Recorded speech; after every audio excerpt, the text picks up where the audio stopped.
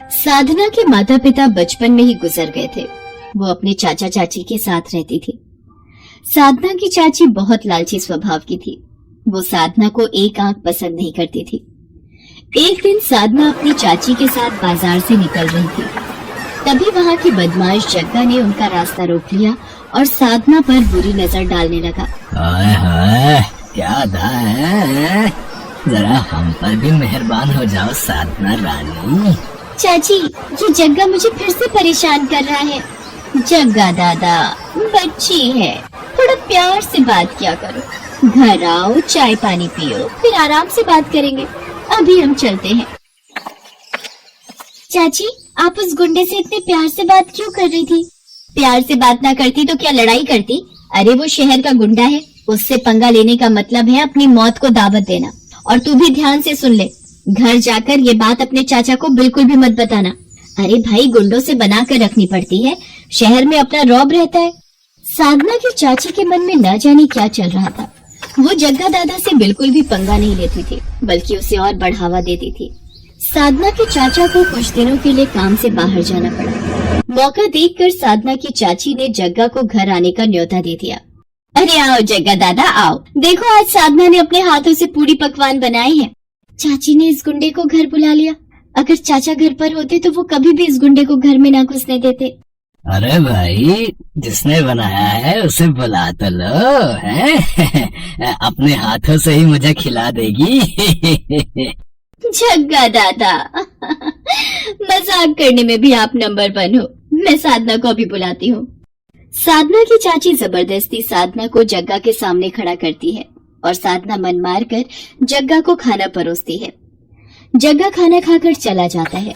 साधना अपने कमरे में जाकर फूट फूट कर रोने लगती है। साधना के चाचा को गए 2 दिन बीत गए थे। एक दिन साधना देखती है उसकी चाची ने जग्गा को घर पर बुलाया है और वो जग्गा से कुछ बात कर रही है। जग्गा दादा, चिंता मत करो, साधना के चाचा भी 2 दिन बाद आएंगे। तुम कल ही साधना को उठाकर ले जाओ और याद रहे, ये नोटों की गड्डी देना मत भूलना।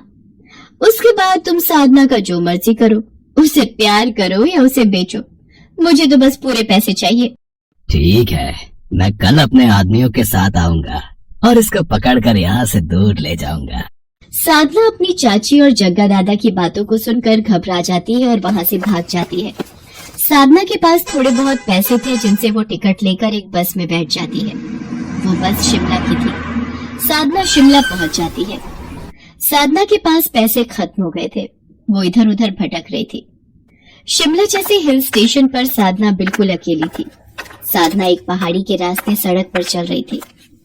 अचानक उसकी नजर एक मोमोज की दुकान पर पड़ती है। साधना वहाँ पहुँचती है और बेहोश हो जाती है। अरे, ये लड़की कौन है? ये तो बेहोश हो गई। इसे दुकान के अंदर लिटा देते हैं। बुजुर्ग व्यक्ति और उसकी पत्नी साधना को दुकान के अंदर ही लिटा देते हैं। कुछ देर बाद साधना को होश आता है और वो अपने बारे में रोते हुए उस बुजुर्ग व्यक्ति और उसकी पत्नी को बताती है। वो बुजुर्ग व्यक्ति शिमला में मोमोज की दुकान चलाता था और अपनी पत्नी के साथ मोमोज बनाकर बेचता था। साधना अपने बारे में बताते हुए रो पड़ती है। रो मत बेटा, जिसका कोई नहीं होता उसका ईश्वर होता है। तुम्हें अब वापस अपने घर जाने की कोई जरूरत नहीं है। तुम हमारे साथ ही रहो, हम तुम्हें अपनी बेटी बनाकर रखेंगे। आपका बहुत बहुत शुक्रिया। आप दोनों ने मेरी इतनी मदद की। एक मेरी चाची जिन्होंने मुझे उस बदमाश के हाथों बेचना चाहा। बाबा, मैं कैसे अपना दुख भूलूंगी? बेटी, वक्त सारे जख्म भर देता है। हमारा भी बेटा बहू के साथ हमें छोड़कर चला गया। हम दोनों बूढ़े पत्नी पत्नी भी हिम्मत हार चुके थे। शिमला जैसे हिल स्टेशन पर हम बिल्कुल अकेले थे। फिर हम दोनों ने ये मोमोज बनाकर बेचने का काम शुरू किया। फिर धीरे धीरे हिम्मत आ गई और हमने एक दूसरे के सहारे जीना सीख लिया। बाबा, मैं भी आपकी मोमोज बनाने के काम में मदद करूंगी। आप मुझे मोमोज बनाना सिखाएंगे ना? हाँ बेटी, मैं तुम्हें मोमोज बनाने जरूर सिखाऊंगा। साधना उन बुजुर्ग पति पत्नी से मोमोज बनाना सीख गई थी। अब वो भी उन्हीं की तरह अच्छे मोमोज बना लेती थी और वो उनकी सहायता भी करती थी। धीरे धीरे वक्त बीतता है। साधना को उन पति पत्नी के पास रहते हुए 1 साल बीत जाता है। साधना ने मोमोज की दुकान पूरी तरह से संभाल ली थी। अब तो उन बुजुर्ग पति पत्नी को भी दुकान की कोई चिंता नहीं रहती थी। साधना ने अपना पिछला सारा दुख भुलाकर अब अपने नए जीवन पर ध्यान देना शुरू कर दिया था। एक दिन साधना मोमोज की दुकान पर ग्राहकों को मोमोज की प्लेट बनाकर दे रही थी। अचानक उसने अखबार में एक इश्तेहार देखा जिसमें उसके चाचा ने साधना की फोटो लगा रखी थी और लिखा था कि साधना, तुम जहाँ कहीं भी हो मेरे पास वापस लौट आओ, मेरी तबीयत ठीक नहीं है। बाबा, मेरे चाचा की तबीयत बहुत खराब है, वो मुझे बहुत याद कर रहे हैं, मैं अपने चाचा से मिलना चाहती हूँ। बेटी, मैं तुम्हें रोकूंगा नहीं, तुम चाहो तो अपने चाचा से मिलकर वापस आ सकती हो। साधना अपने घर वापस लौटती है, पर घर के बाहर भीड़ लगी हुई देख साधना को पता चलता है कि उसके चाचा अब इस दुनिया में नहीं है।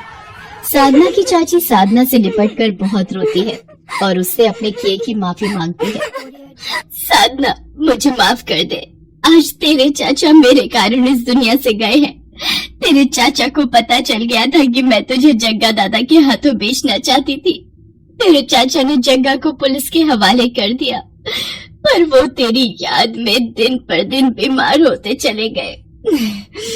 आज तेरे चाचा मेरे कारण इस दुनिया को छोड़कर गए हैं। मैं ही लालची थी जो पाप करने चली थी। अपने चाचा के गुजर जाने के बाद साधना अपनी चाची को अपने साथ शिमला ले जाती है और फिर से मोमोज बेचने का काम शुरू कर देती है। साधना की चाची उसे ये सब करते देख अपने किए बुरे कर्मों पर रो पड़ती है। रामगढ़ गांव में सुधा अपने बेटे के साथ बहुत ही खुशी से रह रही थी। सुधा को पिज्जा बहुत पसंद था। गौरव बेटा, आज मेरा पिज्जा खाने का बहुत मन कर रहा है, बाजार से जाकर मेरे लिए एक पिज्जा ले आ। ये सुनकर गौरव बोलता है, अरे माँ, बुढ़ापे में पिज्जा भी कोई खाने की चीज है? ये सब बच्चों की खाने वाली चीजें होती हैं। तुम तो बस दाल रोटी खाओ और प्रभु के गुण गाओ। अरे मन तो मन होता है, बुढ़िया हो गई तो क्या हुआ, बूढ़े लोगों का मन नहीं होता क्या? अच्छा ठीक है, ले आऊंगा पिज्जा तुम्हारे लिए। तुम तो गुस्सा हो गई, मैं तो बस मजाक कर रहा था। गौरव अपनी माँ के लिए पिज्जा लेने चला जाता है। कुछ देर बाद गौरव पिज्जा लेकर आता है और दोनों मिलकर मजे से पिज्जा खाते हैं। एक दिन गौरव अपने ऑफिस से घर आ रहा था, तभी रास्ते में उसे एक पिज्जा की शॉप दिखती है और वो सोचता है, आज माँ के लिए पिज्जा ले जाता हूँ, इसे देखकर वो बहुत खुश हो जाएंगी। इतने सोचने के बाद गौरव पिज्जा लेने चला जाता है और पिज्जा लेकर घर की तरफ निकल पड़ता है। तभी रास्ते में एक कार से उसका एक्सीडेंट हो जाता है। बहुत देर हो जाने पर जब गौरव घर नहीं पहुंचता तो उसकी माँ चिंता में उसे फोन लगाती है, पर गौरव का फोन नहीं लगता। कुछ समय बाद सुधा को एक अनजान नंबर से फोन आता है और गौरव के मरने की खबर मिलती है। ये खबर सुनते ही सुधा के पैरों तले जमीन खिसक जाती है और वो फूट फूट कर रोने लगी और कहती है, ए भगवान, ये अचानक क्या हो गया? मेरे बुढ़ापे का इकलौता सहारा मेरा बेटा ही था, वो भी तूने छीन लिया। अब मैं किसके सहारे जिंदा रहूंगी? उसकी यह हालत देख पड़ोसी उसे सांत्वना देकर चले जाते हैं। सुधा अपने बेटे की चिता को जला देती है। अब वो बिल्कुल अकेली हो जाती है। वो गौरव की बातों को याद करके रोती रहती थी। बेटे के मर जाने के बाद सुधा के घर की हालत बिगड़ने लगी थी। उसके पास खाने के लिए कुछ नहीं बचा था। वो खाने के लिए पड़ोसियों के घर मांगने जाती है और बोलती है, बेटा मुझे कुछ खाने को दे दो, बहुत भूख लग रही है। अरे अम्मा, मैं तुम्हें खाना खाने को जरूर दे देती, पर अभी तो मेरे घर में खाना खत्म हो गया है, सबने खाना खा लिया। इतना कहकर वो औरत अपने घर का दरवाजा बंद कर देती है। कोई उसे खाने को नहीं देता, सभी बहाना बनाकर उसे वापस भेज देते। अपनी ऐसी हालत देख वो सोचती है, अगर मेरा बेटा आज जिंदा होता तो मेरी ये हालत कभी नहीं होती। वो सबकी मदद किया करता था, पर आज सब भूल गए हैं कि मेरे बेटे ने एक समय पर उनकी मदद की थी। आज उसकी माँ को मदद की जरूरत है, पर किसी ने भी मेरी मदद नहीं की। तभी वहां से एक औरत गुजरती है और सुधा को यूं रोता देख पूछती है, क्या हुआ बहन, तुम रो क्यों रही हो? सुधा रोते रोते उस औरत को अपना सारा दुख बताती है। क्या बताऊं बहन, मेरे बेटे के मरने के बाद मुझ पे सहारा का इस दुनिया में अब कोई नहीं है। अकेले मैं इस दुनिया में कैसे जीऊंगी? मेरे पास खाने के लिए पैसे नहीं है। सुधा की कहानी सुनने के बाद वो औरत सुधा से कहती है, ऐसे हिम्मत हारने से कुछ नहीं होगा। खाने के लिए कमाई का कोई जरिया ढूंढना ही पड़ेगा। आजकल तो खाने पीने की इतनी सारी चीजें आ गई हैं और उन्हें बनाना भी आसान हो गया है। जो भी तुम्हें पसंद हो, जो भी तुम्हें आता हो, उसे बनाकर बेचने लगो। इतना बोलकर वो औरत वहां से चली जाती है। सुधा अब सोचती है कि वो ऐसा क्या काम करे। अचानक उसे पिज्जा का ख्याल आता है और वो बोलती है, क्यों ना मैं पिज्जा बनाकर बेचूं, इससे कुछ पैसे भी घर में आ जाएंगे। सुधा के पास अपने कुछ जेवर रखे होते हैं। उन्हें बेचकर वो अपने घर के आगे पिज्जा का एक छोटा सा ठेला खोलती है और पिज्जा बनाकर बेचने लगती है। धीरे धीरे उसका बनाया पिज्जा पूरे गांव में मशहूर हो जाता है और सुधा अब एक बड़ी दुकान खोल लेती है। धीरे धीरे उसकी दुकान बढ़िया चलने लगती है और वो अमीर बन जाती है। एक दिन उसकी दुकान पर एक छोटा बच्चा आता है और उससे खाना मांगता है। अम्मा, मुझे कुछ खाने को मिलेगा क्या? मैं बहुत भूखा हूँ, मुझे भूख लग रही है। बेटा, तुम्हारे माता पिता कहाँ हैं? तुम अकेले दुकान में क्यों घूम रहे हो?